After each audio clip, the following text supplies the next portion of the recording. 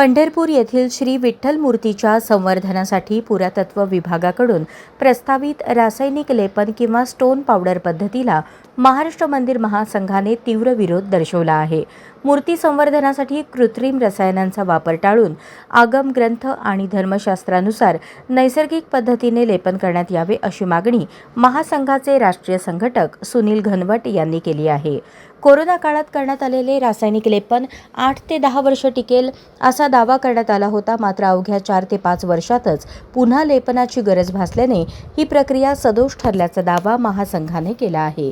कृत्रिम रसायनांमुळे पाषाणाचे नैसर्गिक गुणधर्म बाधित होऊन मूर्ती आतून ठिसूळ होण्याचा धोका असल्याचेही निवेदनात नमूद करण्यात आले आहे। याबरोबरच मूर्तीच्या झिजीचे कारण पुढे करून श्री विठ्ठलाच्या शतकानुशतके सुरू असलेल्या चरणस्पर्श आणि अभिषेक परंपरेवर कोणतेही निर्बंध लादू नयेत अशी ठाम भूमिका महासंघाने मांडली आहे।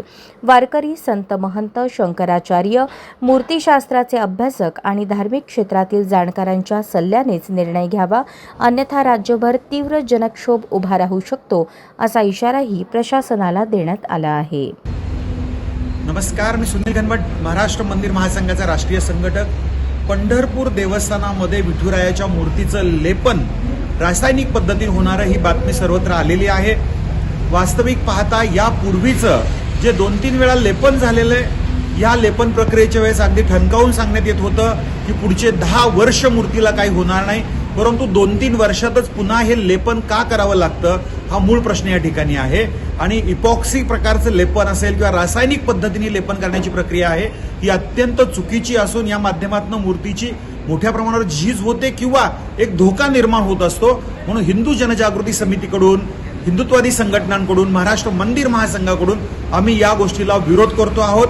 धर्मशास्त्रातल्या जाणकारांची, शंकराचार्यांची, संत महंतांची मतं घ्यावीत आणि धर्मशास्त्राच्या अनुसार जे काही अगदी करायचंच असेल तर त्या पद्धतीची लेपन प्रक्रिया करावी, परंतु कुठल्याही प्रकारची इपॉक्सी असेल किंवा रासायनिक पद्धतीची आता नव्याने स्टोन पावडरचा उपयोग करून केली जाणार आहे, याला सुद्धा विरोध आहे।